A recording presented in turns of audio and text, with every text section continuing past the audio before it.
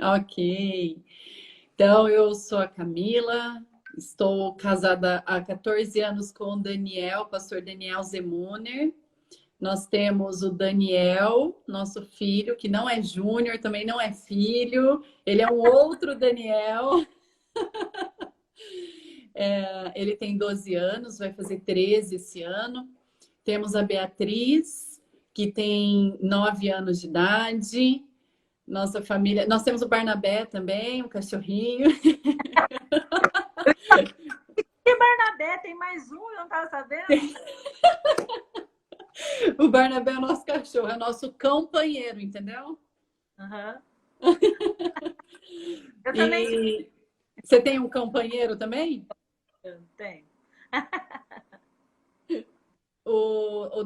Eu e o Daniel atualmente estamos pastoreando a primeira IPI de Londrina. Nosso pastor sênior é o pastor Rodolfo Montosa. Temos uma equipe de pastores muito abençoada. E estamos de volta a Londrina. Nós já pastoreamos em Londrina um tempo. Depois pastoreamos a primeira IPI de Sorocaba. E hoje, já há 6 anos, estamos aqui em Londrina, indo para o 6º ano, né? Isso. Daniel, que foi muito amigo do meu marido, do Fabrício. Na verdade, o Fabrício era o líder dos juniores. E o Daniel era adolescente na época. Aí, quando a mãe do Daniel faleceu, o Fabrício foi morar na casa dele. Então, foram como irmãos, né? O Fabrício morou lá um tempo. Então, para mim, é uma alegria ter a Camila aqui, né? Queira ou não, é como uma filha também.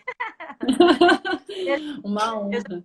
já aqui com a Aline, eu fico pensando assim, meu Deus, eu não sei se eu me sinto muito velha ou se eu penso assim, não, é porque elas começaram cedo também, sei lá o que eu penso, porque a Aline era dos juniores, quando o Fabrício era dos juniores, eu cuidava dela, tinha um grupo das meninas menores. Daniel também conheci menino, né, adolescente. Mas, enfim, coisa boa, né? A gente vê todo mundo aí encaminhado, todo mundo pastoreando, atendendo esse chamado tão lindo, né? Que é o pastorado. Amém. Camila também é pastora, né, Cá? Isso, isso mesmo. Nos formamos no mesmo período. Bênção de Deus. Tive a honra de fazer parte junto com você, né, Rô? A gente foi a primeira leva do curso EAD da nossa igreja. Uma bênção. E estou me sentindo honrada de estar aqui com vocês hoje, viu? Espero poder compartilhar um pouquinho. Vai sim. Bom, então vamos lá. Para quem está entrando agora e não sabe muito bem, o nosso assunto hoje é filhos. Essas lives que a gente está fazendo, elas são de uma série para falar sobre os desafios da esposa de pastor, mas é claro que os assuntos interessam a todos, como eu disse, em especial esse que é sobre filhos, né? A gente vai abordar aqui muito sobre cuidado, educação de filhos, mas eu quero desde já falar para todo mundo que está nos ouvindo que é um bate-papo, né? Nós vamos compartilhar experiências, ninguém está aqui para te dar uma receita, faça isso ou faça aquilo, até porque cada família tem as suas características, cada filho é de um jeito, cada um lida com a fé e a educação de uma maneira. Então, assim, nós vamos falar o que foi bom e o que foi ruim na nossa vida, e você vai pedir discernimento a Deus para ensinar os seus filhos no melhor caminho, né? Eu creio que Deus vai ouvir a oração de muitos pais. Estou falando isso porque quando se trata de filhos, nós que somos cristãos, muitas vezes a gente vive alguns dilemas, né? Tem pessoas que têm filhos, por exemplo, que estão desviados, né? Jovens ou adolescentes. Então, assim, são dilemas que eu não posso chegar e te dar uma receita, nós não podemos julgar isso. Então, a gente vai conversar aqui hoje. A Camila vai contar um pouco a experiência dela. Eu até anunciei e chamei a Camila como sendo alguém que não ficou traumatizada por ser filha de pastor, né? Porque ela é filha de pastor, aí ela casou com um pastor e virou pastora. Eu falei, bom, então trauma não tem, porque se ela tivesse resistência a isso, né, ela não se casaria com um pastor, porque tem gente que fala, Deus me livre casar com um pastor, né? Tem que fala isso, um monte de moça que fala isso. Então, a Camila atendeu esse chamado, porque é um chamado também de Deus, né? Ser esposa de pastor, não deixa de ser um ministério. E a Camila também tem essa outra peculiaridade, que é ter aceitado ao chamado pastoral também, de pastorear ao lado do seu marido. Então, Cá, quero que você comece contando um pouquinho aí. Você é filha de pastor, conta um pouquinho também do teu pai, da tua mãe, da tua família. Ok, então, o meu pai, ele foi para o seminário, se eu não estiver equivocada na idade, tá? Eu vou falar mais ou menos por cima, assim. Sim. Eu devia ter uns 7, 8 anos, mais ou menos. E os meus pais não eram evangélicos, eles não conheciam Jesus desde sempre, tá? Os meus pais se converteram e depois de um tempo, até depois de casados. E aí um dia Deus chamou meu pai para ser pastor, foi confirmando o chamado dele, enfim. Então, tanto meu pai quanto minha mãe disseram sim para esse chamado e nós começamos a fazer parte desse ministério, né? Que com o tempo eu aprendi, pelo menos aprendi com a minha família, tá? Que é um ministério familiar, não é um ministério sozinho. Apesar de muitas vezes o pastor e a esposa de pastor se sentirem muito solitários, não é um ministério solitário, ele é um ministério familiar, né? Pode ser solitário no sentido de faltar, às vezes, um pouco de compreensão para algumas coisas, mas, enfim, talvez a gente fale sobre isso em outros lives, né, Rô? Mas também, só dando uma pincelada aqui. Então, eu lembro do meu pai fazendo seminário, meu pai estudou no seminário aqui de Londrina, Antônio de Godoy Sobrinho. Ele fez ainda o período em que era integral, então meu pai precisou sair do emprego, minha mãe começou a trabalhar em 2 empregos porque a gente não tinha condição financeira de bancar. E teve uma época que minha mãe trabalhou até em 3 empregos. Então eu lembro muito dessa fase do meu pai estudando. Eu cresci no seminário ali né, na piscina do seminário, no campo de futebol do seminário, né? Ali foi muito gostoso poder fazer parte desse momento da vida do meu pai. Então, assim, eu sinto que, ao mesmo passo que nascia um pastor, nascia uma família pastoral, sabe? Porque a gente cresceu com esse movimento, né? E foi muito importante para a gente. Mas aí eu vi meu pai perdendo noites de sono como pastor, como seminarista, né? Para poder entregar trabalhos, enfim, aquela coisa nada toda. Mas sempre o meu pai ali do nosso lado. E depois de formado, meu pai trabalhou um tempo em Abatiá, uma cidade próxima a Londrina. E ele foi fazer licenciatura lá. Depois ele trabalhou ainda ordenado um tempinho lá. E depois nós fomos para Jandaia do Sul, que foi na minha fase de adolescência. Então eu tinha 15 anos de idade quando nós fomos embora para Jandaia do Sul. E foi muito, muito bênção para gente essa mudança e desafiadora também, porque Jandaia é uma cidade pequena e a gente estava acostumado com uma cidade grande, mas ao mesmo tempo também foi muito, eu falo que poderoso da parte de Deus, a ação de Deus, né? Porque ele levou a gente para uma comunidade menor, onde nós fomos muito cuidados, sabe? Então foi bênção de Deus nesse aspecto também, né? Mas, como toda adolescência, como toda filha, dei todos os trabalhos que eu podia dar para o meu pai, né? E para minha mãe. Mas essa caminhada, aí se você quiser fazendo perguntas ou direcionando melhor, acho que fica um pouquinho mais fácil. Quando você saiu de Londrina, 15 anos, né? Você foi numa boa, assim? Você quis a mudança? Porque às vezes a gente não quer, tem a turma, tem a escola, você foi de boa. Então, naquele momento parecia uma coisa assim, uau, vai ser uma coisa nova, né? Eu sou uma pessoa, Camila, minha personalidade é muito assim, será que vai dar? Será que não vai dar? Quer saber? Vamos tentar. Se eu não tentar, não vou saber se ia dar certo ou não, então vamos tentar, né? Então, eu sempre fui meio assim, mas é muito difícil. Nessa fase, você ter que deixar amigos. Eu tenho cartas até hoje, gente, que eu escrevia para amigos que estudavam comigo na escola aqui. Então, eu estava morando lá, nem é tão longe assim, são 80 quilômetros, sabe? Mas a gente trocava Uhum. carta, então eu tinha muita carta. Eu senti muita falta da igreja daqui de Londrina, né? Que eu tinha, que eu fazia parte da juventude daqui. O mudar foi dolorido por conta de eu não ter aqueles amigos que eu já estava acostumada. E a adaptação, principalmente para o adolescente, ela é difícil, né? Porque o adolescente ele anda em bando, né? Então, quando ele não está com o seu bando, ele se sente fora. Então, num primeiro Aham, momento, era assim que eu me sentia, fora. Mas aham. depois, como eu disse, a igreja foi acolhendo a gente, as pessoas foram nos amando O e acolhimento Deus da foi igreja, sendo gracioso. né? O acolhimento Sim. da igreja fez diferença e ajudou nesse processo. Porque eu acho que isso é uma coisa que muita gente vive, né? Quem tem filho adolescente, pastor que precisa estar sempre mudando, eu imagino que não é fácil. Eu tô aqui em Chapadão do Sul há 15 anos. Então, a minha filha Uhum. já tinha ela agora está com 16. Então, eu não passei por isso, né? Assim, de mudar várias vezes com filhos para saber como ela reagiria, né? Mas a gente já Uhum. conversou com ela. E aí tem tudo isso que você falou, né? Ao mesmo tempo que pensa, é legal, um desafio novo, tem tudo aquilo, mas e os meus amigos, né? Como é que ficariam? Então, eu acredito que é mesmo. E isso que você falou é importante. A família, primeiro, ter todos a mesma expectativa, né? Você disse que Sim. vocês viveram isso com o pai, então eu imagino que para vocês todos era uma vitória, assim, uma experiência, né? De pastoreio, de pastorado, porque era o chamado dele, né? Vocês O também meu, foram juntos.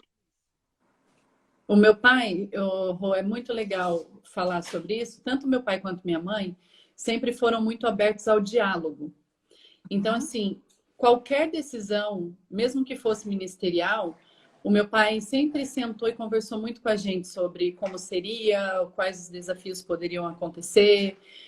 Nunca foi aquela coisa assim, você vai fazer e pronto, sabe? O meu pai e minha mãe sempre abriram muito para o diálogo com a gente. Então, tanto eu quanto minha irmã, eu tenho uma irmã também, ela é 2 anos mais nova do que eu.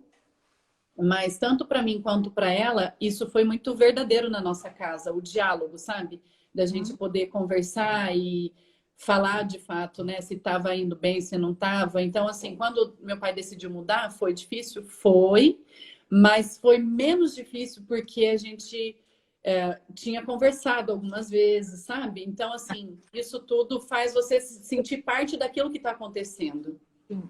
E eu acho legal eu achei muito bom que você falou ali no começo que a família é pastoral, né? Que é o chamado da família. Então, assim, nós como pais também, a gente tem que entender isso. E daí fazer Uhum, isso que o pai e a mãe falaram. Já que é para a família toda estar junto nesse ministério, né? Então, vamos uhum, tomar as decisões juntos, orar juntos, pedir para Deus, né? Para que não seja apenas uma imposição, mas que seja algo assim para que todo mundo viva junto. Com certeza isso sim. faz muita diferença, né? E eu concordo com isso, assim, eu acho muito importante, até aqui vou dar aqui algo que eu sempre tenho no meu coração, eu até já falei aqui numa live, que eu também acredito muito nisso, que a família está junto no chamado. Então, mesmo que a Uhum, mulher fale, o pastor é ele, não sou eu. Você está junto, no mesmo sim. propósito. Mesmo que você seja uma Uhum. profissional de outras áreas, não tem problema nisso, não é isso que eu estou falando. Mas o Uhum. propósito de vida ministerial precisa ser junto, né? E é Sim. legal você falar isso da família, porque eu, por exemplo, sempre ensinei a minha filha que a família pastoral, o filho do pastor, falando aqui exatamente dos filhos, ele sofre mesmo muitas pressões. E a nossa tendência para proteger os filhos, a gente sempre ouviu assim pastores falarem assim: o filho do pastor é igual ao filho de todo mundo. Claro que isso é verdade, né? Mas o que eu falo para minha filha é que assim, apesar dela ser igual a todo mundo, as pessoas esperam algo de nós. E isso é um privilégio, né? A gente sempre tentou passar para ela como sendo algo bom, não como um peso. Olha, as pessoas agora vão ficar, né, querendo que você... Não, assim, filho, olha, é um privilégio. Nós somos uma família sacerdotal, uma família pastoral. Então, assim, é um privilégio as pessoas quererem encontrar algo bom para se inspirar em nós. Não quer dizer Uhum. que nós nunca vamos né? Mas Uhum. ensinar os filhos a encarar dessa outra maneira. Eu acho que a maneira como a gente encara as coisas muda tudo, Sim, né? sem Faz dúvida. toda a caminhada. Ô, Cá, eu vi que alguém falou aqui o nome do seu pai. Fala aí. Ah, é pastor Paulo Palhão. Pastor Paulo Palhão. Ele hoje pastoreia a Quinta IPI aqui de Londrina. Legal. Você sabe, Rô, que recentemente eu vou até dar um testemunho para vocês, assim, do quanto eu vi que o quanto isso é importante a gente falar mais sobre a família pastoral, os filhos de pastor, é realmente relevante falar sobre isso e precisa, assim, de um cuidado. Recentemente, acho que uma semana antes, não foi uma semana, eu acho que coisa de 4, 5 dias antes de você me mandar mensagem perguntando se eu poderia participar, tá?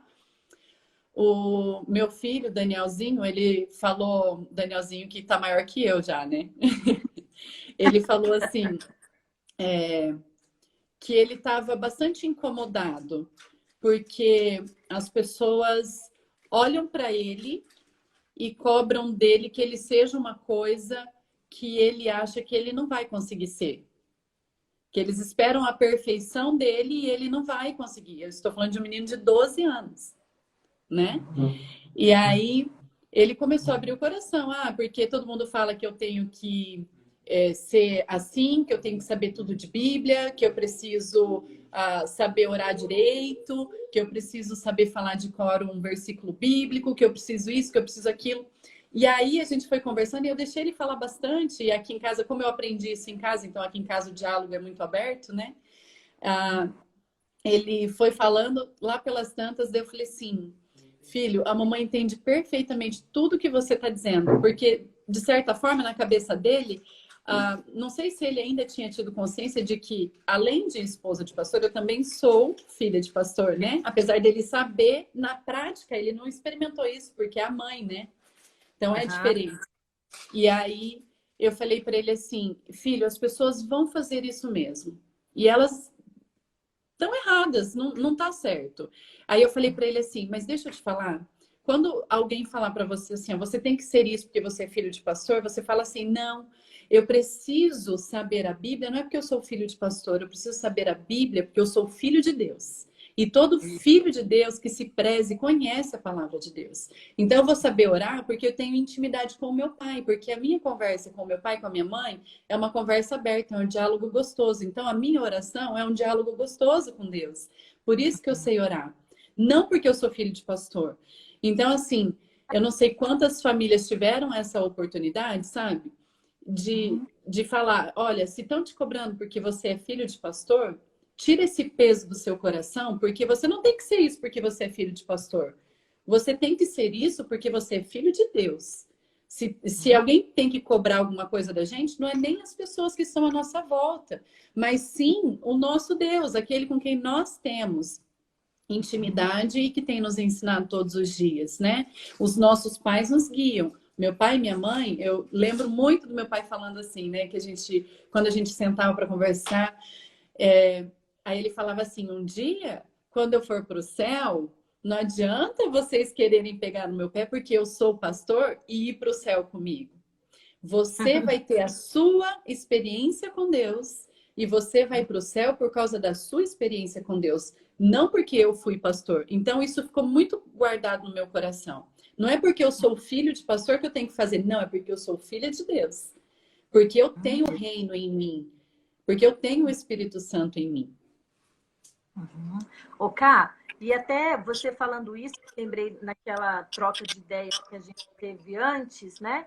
De que o teu pai, e também muito importante, que nós também devemos agir assim, a gente precisa, até certo ponto, proteger os nossos filhos das pressões da igreja, mas também nós devemos deixar que eles experimentem, né? Da mesma maneira que vão provar de Deus, do Espírito Santo, da presença de Deus, eles provarem também das pressões da vida, né? Claro que tem a fase certa, tem a época certa, mas os teus pais te ajudaram nisso também, né? Você viveu o ambiente de igreja, assim, na sua plenitude, se é que a gente pode dizer assim.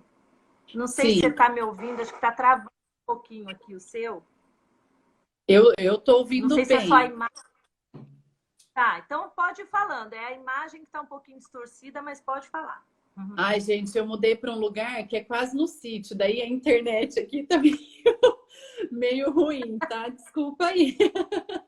Mas a gente está te ouvindo, tá? Está te Ah, ouvindo então tá bem. É só a bom. imagem que fica um pouquinho na Tá. qualidade. Então, assim, eu vivi sim, Rô, a minha. Desde que eu me entendo por gente, eu cresci na igreja, meus pais se converteram, e então, desde que eles começaram a trabalhar na igreja, né, como membros, enfim, e depois meu pai como seminarista, é, eu me entendo por gente ali já. Eu não conheço a minha história sem a igreja, sem Jesus, tá? A minha história sempre foi nesse ambiente, né, de igreja. E uma coisa que, que é bacana nesse aspecto é assim, normalmente a nossa tendência como pais ou é a gente blindar os nossos filhos, né? Nós não queremos que eles sofram aquilo que a gente sofreu, ou enfim, coisas que a gente sabe que pode ser muito ruim para eles, ou a gente blindar eles de um jeito ruim no sentido assim, ó, cuidado com a igreja. Cuidado, entende? Porque Uhum. a gente tem os dois lados, né? Como família pastoral, nós vemos os dois ambientes da igreja. E como todo local, como todo, enfim, como tudo na vida, nós temos sim as flores, mas nós temos também os espinhos, né? Enfim, na minha adolescência e juventude, daquilo que a gente conversou um pouquinho, né? Eu experimentei ser membro de uma igreja. E isso para mim foi muito importante. Eu acho que esse foi um dos maiores ensinamentos que eu tive. Eu sou uma pessoa muito ativa e às vezes as pessoas até me interpretam mal, sabe? Porque eu gosto de fazer, eu gosto de ajudar, eu gosto de estar junto, eu sou bagunceira, sou espalhafatosa e então assim, onde eu chego, eu gosto de estar envolvida, sabe? E aí nesse aspecto, eu tive que aprender a lidar muito com isso, porque eu fui por um tempo rejeitada dentro da igreja nesse aspecto. Mas o meu pai não me deixou livre de sentir essas questões.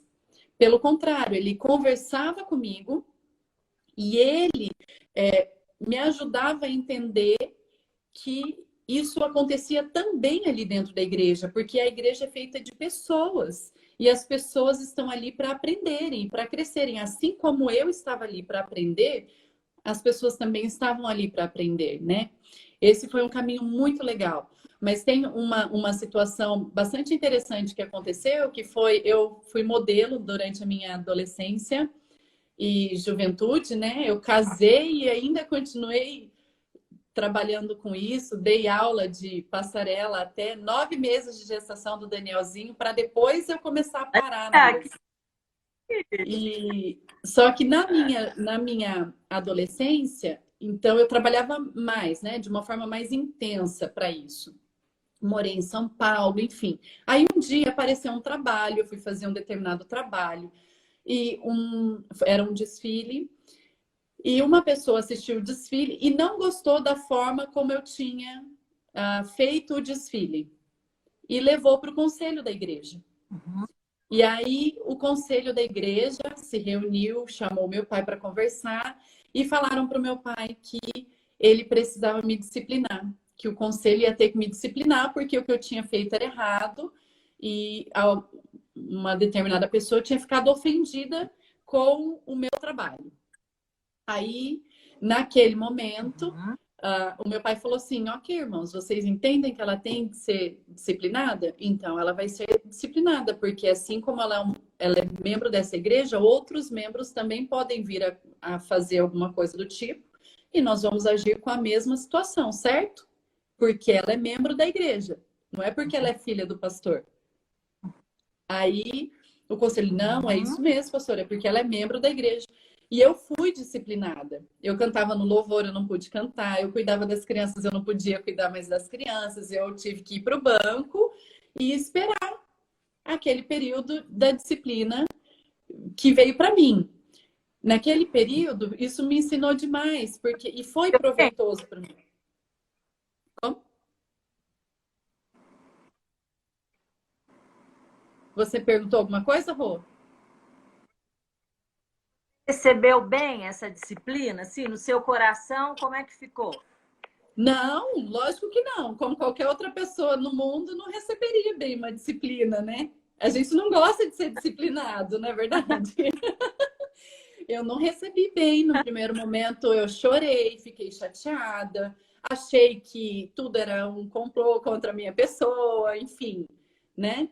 Mas aí é que entra o meu pai e a minha mãe nesse aspecto, no sentido de eles vieram trabalhar. Olha, não é porque você é a filha do pastor, é porque você é membro desta igreja. E assim como faríamos com qualquer outro membro, nós vamos fazer com você. O conselho entendeu que você precisa ser disciplinado. Não foi legal, mas isso me ensinou demais e foi bom para o meu coração, porque eu vi que eu fazia parte de uma comunidade. E aí eu comecei a entender a questão de que o que eu faço diz respeito totalmente ao outro. Porque a gente, né, a gente fala, o John Piper fala que a santidade é um projeto comunitário e o viver a vida cristã é um projeto comunitário. Porque o que eu faço está diretamente ligado a você, independente se você está longe ou não, porque o que você vê eu fazendo te afeta. Então, assim, não é porque eu era filha de pastor, é porque eu era cristã, porque eu era filha de Deus. Então, isso foi sempre muito importante para mim, sabe? Meu pai me colocar essa consciência de que eu não tinha que fazer nada porque eu era filha de pastor. Eu tinha que fazer tudo que eu achava que eu tinha de fazer porque eu era filha de Deus. Essa consciência foi muito importante para o meu coração. Isso é a sabedoria, né, do pai e da mãe. Então é isso que nós, como pais também de uma família pastoral, a gente tem que ter sempre em mente de trabalhar isso no coração dos nossos filhos, porque Sim. eles vão passar por decepções, vão fazer escolhas erradas, vão passar por tribulações junto com a gente, vão ver coisas erradas na igreja, mas a partir do momento que a gente sabe trabalhar isso no coração deles, a gente não vai criar filhos revoltados, né? Porque a gente vê muito filho de pastor que se decepciona com a igreja, que se revolta, e talvez seja... talvez, né? Claro, a gente não está aqui fazendo, como eu disse antes, não é uma cartilha, né? Nem é um julgamento moral, mas assim, em alguns casos, a gente pode dizer que o pai e a mãe não sabem lidar muito bem com isso, né? E o filho vê o pai e a mãe sofrendo, talvez por alguma situação na igreja, e quando isso não é abordado da maneira correta e com sabedoria, de que, filho, olha, nós estamos passando por isso, mas porque é o reino de Deus, quem foi chamado precisa estar pronto mesmo para essas lutas, a nossa batalha é espiritual, a gente não está contra as pessoas, Deus nos escolheu para pastorear, mas as ovelhas são dele, embora a gente viva muitas coisas difíceis, nós vamos ter um galardão. Então, assim, trabalhar isso desde cedo, né, no coração dos filhos, para que eles não criem uma barreira de que não é Deus quem está fazendo aquilo, são as pessoas, né? Isso. Assim como nós somos seres humanos, somos falhos, não é a igreja, não é a pessoa de Deus, são os humanos que estão ali, que muitas vezes ferem, que são falhos. Então, tudo isso vai da gente trabalhar mesmo no coração dos nossos filhos, né? Eu estava conversando também com você sobre essa questão de escolhas, né? Porque os pais vão ensinar, mas vai chegar uma hora que os filhos vão fazer suas escolhas, né? Você teve algum momento, Camila, que você ficou meio perdida assim, na sua juventude, adolescência, ou você sempre ficou no caminho de Deus, na igreja, assim, né? Por melhor dizendo? Eu sempre tive consciência de quem era Deus, né? Mas eu passei por um processo de desvincular a minha fé da fé dos meus pais. E esse é o processo que eu acho que é o mais importante para qualquer filho, né? Entender que ele vai precisar desenvolver uma fé que não necessariamente é a fé que os pais têm. E os pais precisam entender isso também. Apesar da gente não querer que os nossos filhos experimentem algumas coisas, a gente acaba, assim, buscando algumas coisas para poder se entender. Tem filho, gente, que vai ser uma bênção, que não vai passar por nada disso e pronto, e acabou, e tá tudo ótimo, né? Mas alguns filhos vão precisar experimentar algumas coisas e o que para mim foi diferente. Eu precisei sim, como eu disse, eu fui modelo, então eu fui trabalhar fora, eu tive contato com tudo que vocês podem imaginar. Só que Deus, ele é tão especial que toda vez que eu pensava em fazer alguma coisa errada, eu ouvia o Espírito Santo, sabe? Ah, você não foi criada para isso. Mas isso foi algo que eu aprendi a minha vida inteira. Meus pais viviam isso, sabe? Você quer fazer? Meu pai sempre falou: você quer fazer? Você não foi criada para isso. Mas se você quiser fazer, é a sua experiência, né? Eu preciso também juntar experiências para eu poder fortalecer também aquilo que eu tenho como fé. Quando nós lemos lá em Deuteronômio, ensina a criança, não é? Fala de dia, fala de noite, quando senta à mesa, enquanto está andando. É todo dia. E não é só, a gente pega muito assim, ó, fala, só da fala. Mas muito mais do que falar, gente, é de fato você sentir que aquilo é real dentro de casa. A gente tem visto muitas famílias pastorais sofrendo porque dentro da igreja é uma coisa e dentro de casa é outra coisa. E isso a gente tem que lutar o tempo todo, porque isso é do ser humano, isso não é do pastor, da esposa do pastor, do filho do pastor, não, isso é do ser humano. A gente tem uma tendência a escapar muito rápido. Mas eu tive sim as minhas experiências, que foram experiências às vezes dolorosas, e até escrevi para você, né? O ideal é a gente aprender observando o erro dos outros. E não a gente cometer erros, porque quando a gente comete erro, dói demais, dói demais. Mas, em alguns momentos, os meus pais me permitiram também experimentar as minhas dores para eu crescer. Foi, eu falo assim que Deus, eu louvo a Deus pela vida dos meus pais.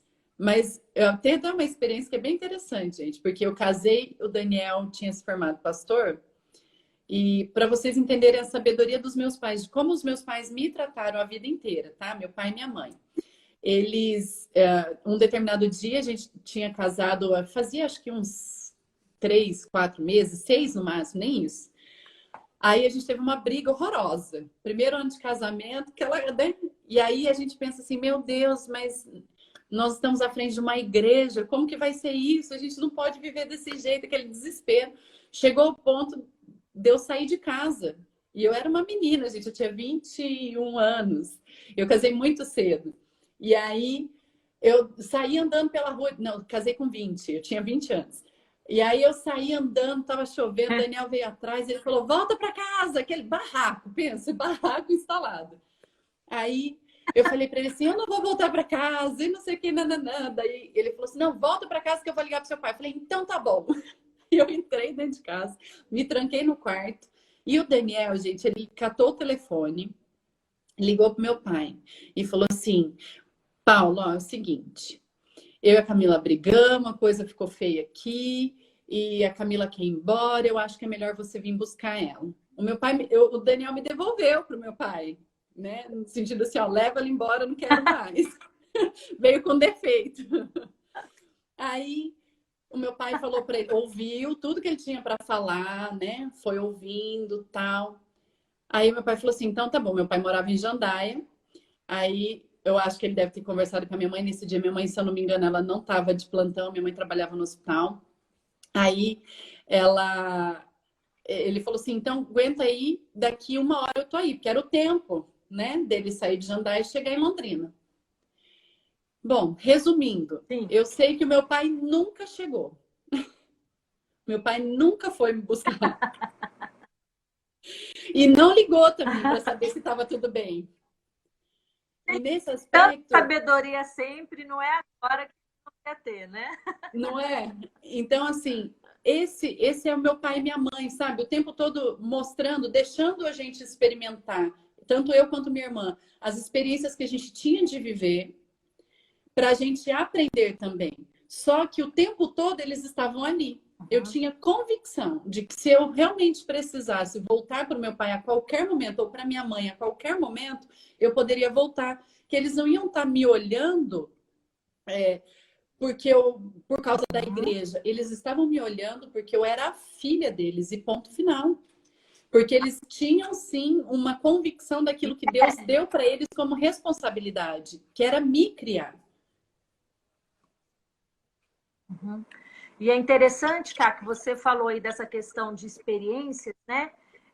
Os nossos filhos, assim como cada um de nós, eles precisam ter experiências lá fora, né? No sentido de fazer as suas escolhas, e precisam ter experiências com o Espírito Santo, acima de tudo, né? Porque é isso que vai guiar as escolhas. Eu tenho o costume de dizer aqui, já disse para minha filha também, falo para a igreja, que eu, como mãe, o Fabrício, como pai, nós ensinamos para minha filha tudo aquilo que nós achamos que vai ser o melhor para a vida dela. Mas vai chegar uma hora que ela vai fazer as escolhas. E eu não vou me sentir culpada por a escolha errada que ela fizer, né? Eu acho que nós, como pais, também temos que ter essa consciência de que nós não somos super-heróis, os nossos filhos também não são santos que nunca vão errar, né? São seres humanos, nós todos temos a graça de Deus, temos o poder de Deus sobre nós, então eu vou me entristecer muito se ela fizer uma escolha errada, mas nunca vou me sentir culpada. E essas escolhas vão se tornar menos erradas, eu creio, quanto mais experiência a gente tiver com Deus, né? E os pais precisam permitir que os filhos tenham essas que acontecem na igreja, que acontecem com as situações adversas, que acontecem com as escolhas certas e com as escolhas erradas da vida, porque as experiências ninguém tira de nós, né? Podem falar o que for, ninguém vai tirar de nós. E isso, principalmente, isso também daí, Cá, vou dar até para você falar um pouquinho, já que você está trabalhando até com jovens, nessa nova geração, né? Porque a nova geração é uma geração questionadora. Durante algum tempo, a gente achava que podia falar assim, não, mas comigo foi assim, com meu filho também vai ser. Só que a gente já entende hoje que não é verdade, né? Na minha época, minha mãe falava não, eu falava por que não? Porque eu não quero, e acabou. Só que hoje isso é até comprovado historicamente pelos filósofos, que essa geração, uma das características dela que diferencia demais das outras gerações é que é uma geração crítica, questionadora, uma geração que busca mais justiça, justiça social, justiça pessoal. Então, eles não aceitam qualquer coisa. Não é aquilo lá que vai engolir, sim, porque eu sou pai, porque eu sou mãe. Isso acaba que a gente cria até uma rebeldia. Nós temos que aprender a respeitar os nossos filhos, né? E ser, como você disse aí, pais que conversem, principalmente hoje, quando eu sei que algo não é bom para minha filha, eu tenho que explicar. Essa é a verdade de hoje em dia, né? Nós temos que explicar a realidade do mundo, a palavra, temos que explicar por que não, por que sim, para que a gente não os perca, né? Para que eles não se fechem e não queiram nada e comecem até a fazer coisas escondidas, porque sempre não, né? Sem saber o porquê. E é interessante porque, assim, eu falo, né? A gente estuda tanto, a gente conversa tanto, principalmente no meio pastoral, a gente defende tanto que a fé é pensante, e quando se trata dos nossos filhos, a gente quer que eles simplesmente aceitem aquilo que a gente está impondo. Se a fé é uma fé pensante, nós precisamos abrir para o diálogo, porque é onde eles vão começar a pensar. E aí eles vão tendo as experiências deles. Pode ser que nesse meio todo do pensar, eles continuem de repente falando assim, não, para mim não vai ser assim, para mim vai ser diferente. Aí é onde entra aquela coisa de você confiar naquilo que você ensinou e estar ao lado. Mais importante do que qualquer coisa é o fato do pai e da mãe estar ao lado, junto, sabe? Porque o que a gente vê muito é muita cobrança, mas não vê o pai e a mãe querendo conversar, dialogar e estudar a Bíblia junto e conversar sobre assuntos que talvez a gente não saiba. Meu pai, isso foi muito legal para mim, assim, também. Ah, tanto meu pai quanto minha mãe, quando a gente conversava, se tinha alguma coisa que eles não sabiam, eles não faziam questão de mostrar que eles sabiam, ou simplesmente falar porque é assim, acabou. Eles sempre falaram assim: olha, não sei, vamos pesquisar, vamos descobrir todo mundo junto, vamos aprender um pouco mais. E isso foi muito importante para mim. De alguma forma, eu tenho tentado fazer isso com os meus filhos. Nas novas gerações, isso é muito enfático. Eles são enérgicos e antigamente existia assim essa coisa do o respeito, e eu vou dizer um respeito entre aspas, tá? Com pai e mãe, no sentido de que a última palavra é do pai e da mãe. Eu entendo que filho precisa respeitar pai e mãe, mas o filho vai respeitar o pai e a mãe que cria um ambiente de respeito. Filho não vai respeitar pai e mãe se o ambiente for de desavença, se for de o pai querendo ser o maioral, no sentido de eu sei todas as coisas, você não sabe nada, onde ele menospreza, humilha a família, ou a mãe faz isso. Então, assim, é um ambiente saudável, um ambiente onde todo mundo está aprendendo, um ambiente onde todo. Eu falo assim, ó, com a mãe nasce, com a criança nasce uma mãe, certo? E nasce um pai. Com o adolescente, nasce um pai de adolescente e uma mãe de adolescente. Ninguém tá sabendo, ninguém sabe. Todo mundo está aprendendo. O adolescente está aprendendo a ser adolescente, o pai e a mãe está aprendendo a ser pai e mãe de adolescente. Então, nesse sentido, quando a gente considera que eles são enérgicos, eles são mesmo, são enérgicos, são críticos, e glória a Deus porque eles são críticos, porque se eles usarem essa energia e toda essa crítica para eles aprenderem sobre o Deus que eles amam, o Deus que criou eles e que vai proporcionar experiências magníficas através do Espírito Santo para a vida deles, gente, nós vamos ter um exército que vai passar por cima do inimigo de um jeito assim que a gente não precisa nem se preocupar, entende? Não vai ter experiência nenhuma ruim que vai fazer com que eles se desviem, entende? Pelo contrário, vai fazer eles ficarem ainda mais fortes. Então, assim, nós precisamos usar tudo isso que às vezes parece ser muito ruim do adolescente, do jovem, e colocar na mão deles essa vontade. O que acontece muitas vezes é que nós, pais, estamos sem fome. Temos um banquete na nossa frente, mas a gente não tem fome. E isso a gente passa para os nossos filhos, ou muitas vezes os nossos filhos até estão com fome, mas a gente não deixa eles se saciarem nessa mesa que é tão farta e tão poderosa. Entende? Então, Amém. assim, nesse sentido, nós precisamos abrir o nosso coração e ter mais fome como pais, termos mais fome, mas também ensinarmos os nossos filhos a se saciarem nessa mesa, que é a mesa de Jesus Cristo.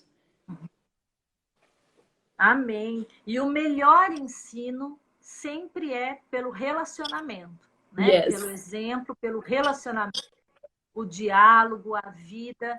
Eu faço uma pós-graduação em neurociências, e eu até já comentei isso numa outra live, dando um outro sentido, de que já é comprovado cientificamente que o nosso cérebro ele reage de uma maneira diferente de acordo com aquilo que a gente ouve de uma pessoa que a gente admira ou de uma pessoa que a gente tem uma barreira com ela.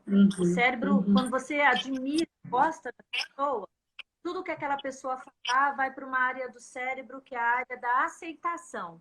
E tudo que uma pessoa que você já gosta, que você já tem um preconceito sobre ela, tudo que essa pessoa falar, você automaticamente, mesmo que seja a mesma coisa, você vai receber numa área do cérebro que é a área da crítica e da rejeição. Então, como que eu vejo isso no relacionamento que nós temos hoje com os nossos filhos? Nós vivemos numa época em que os nossos filhos são muito conectados, têm muito acesso à informação, a redes sociais, e eles são seguidores, né, de muita gente. E eles começam a seguir algumas pessoas que eles admiram ou que criam admiração nessa caminhada. Então, essas pessoas são as pessoas que vão ditar para eles, entre aspas, né, o que é certo e o que é errado.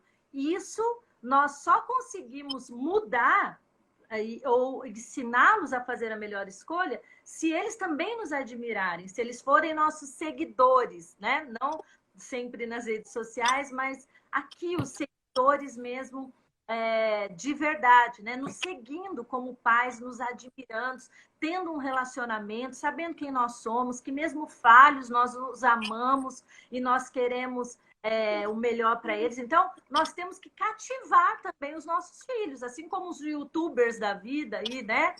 Esse pessoal os influenciadores digitais, porque a gente não vai fugir disso. Os nossos filhos hoje vivem isso. Não adianta eu falar, não, você não vai mais acessar a internet. Eu tenho que transformar isso dentro da minha casa, fazendo com que a minha filha admire mais a mim do que aquela youtuber que eu nem sei quem é, não sei de repente o que vai ensinar para ela, né? Porque senão, se eles não me admirarem, eu posso falar a melhor coisa que ela vai receber aquilo com reflexão e com crítica. E aquela youtuber que ela admira vai falar uma besteira, ela vai achar que aquilo é verdade. E a gente vê muitos exemplos por aí hoje em dia, né? Dessas, por exemplo, essas brincadeiras que surgem, que chega até matar adolescente, porque um influencer foi lá, fez, aí todo mundo quer fazer, né? A pessoa esquece que aquilo lá tem perigo, que aquilo lá vai fazer mal para a vida dela. Então, é muito importante o relacionamento dentro de casa, como a Camila está falando aqui desde o início,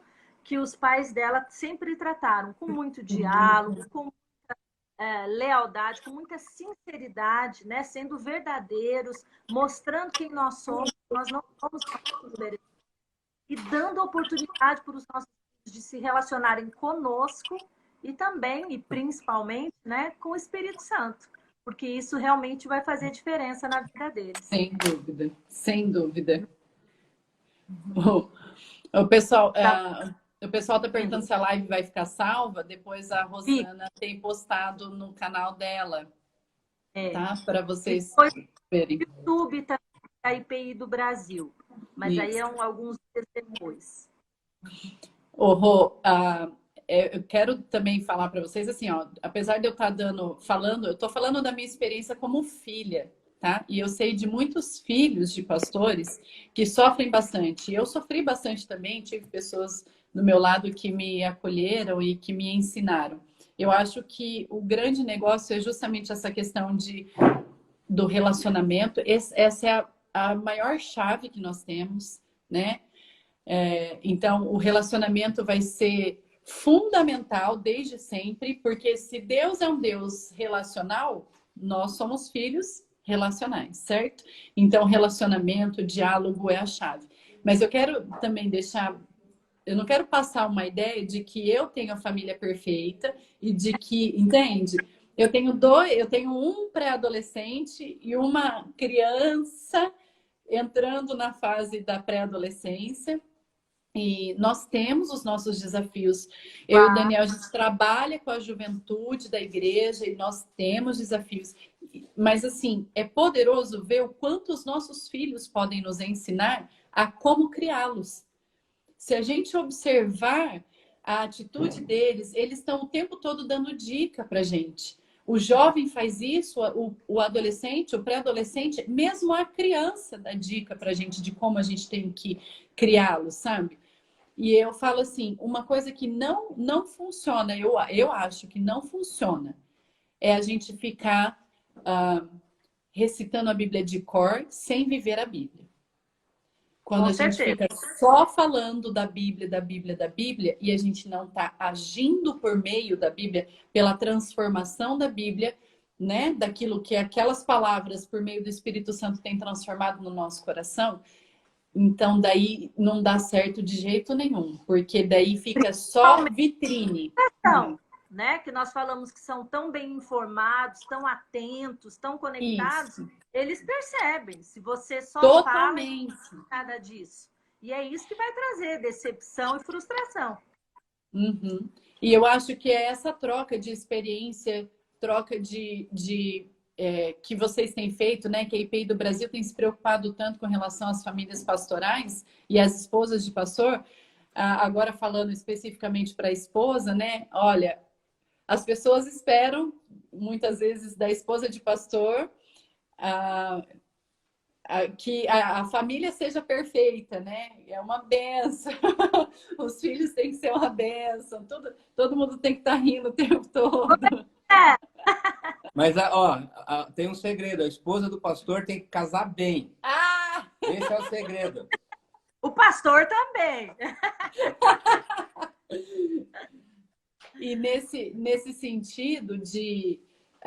se existe uma expectativa em cima do filho, existe uma expectativa em cima da esposa. Mas eu acho que nós, esposas, conseguimos. Nós temos força para isso, por meio do Espírito Santo, de diminuir essa expectativa, tanto em cima dos nossos filhos, quanto em cima do nosso casamento.